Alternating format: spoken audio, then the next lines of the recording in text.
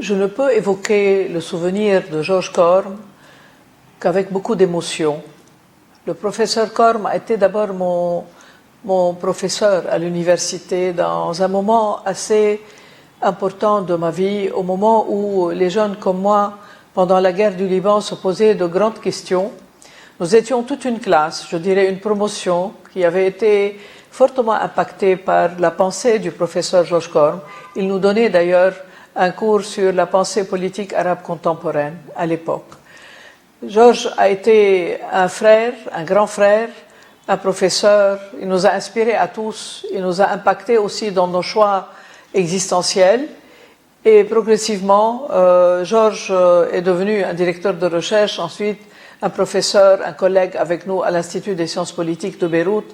Quand j'ai pris en charge l'Institut des sciences politiques de Beyrouth, la première personne à qui j'ai pensé pour donner du poids, comme l'aurait dit un grand penseur français que je ne cite pas, j'ai fait appel à Georges.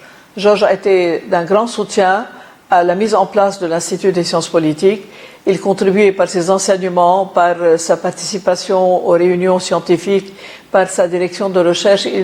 Il avait donné du poids, il avait donné aussi du sens, de la saveur à nos activités scientifiques à l'Institut quand j'étais là.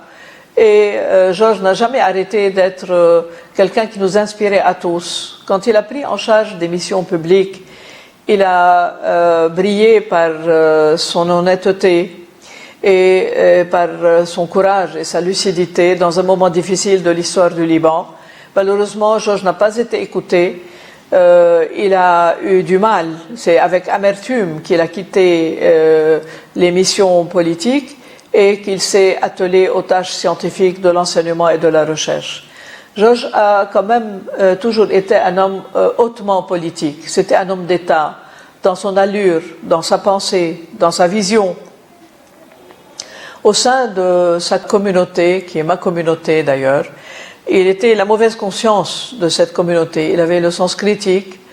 Il n'a jamais arrêté d'avoir cette authenticité de l'allégeance à sa terre, à son environnement, mais il était rebelle et critique. Il tendait toujours vers le meilleur.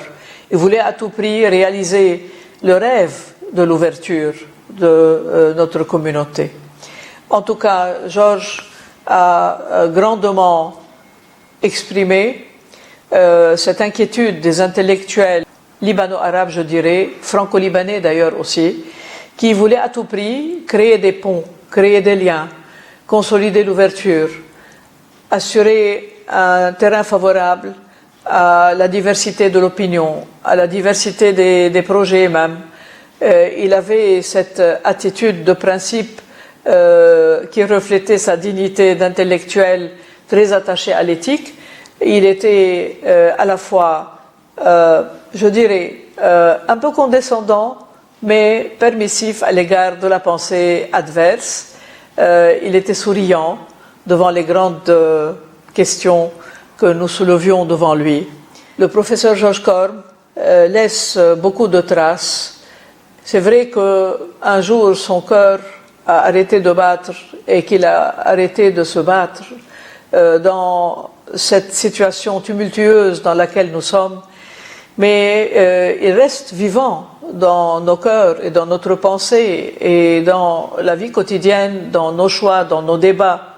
Il reste une référence par ses publications.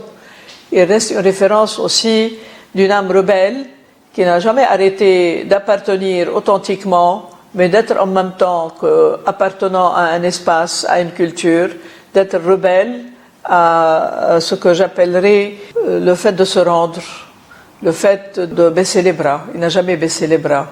Son esprit rebelle demeure une lumière pour nous tous qui l'avons connu.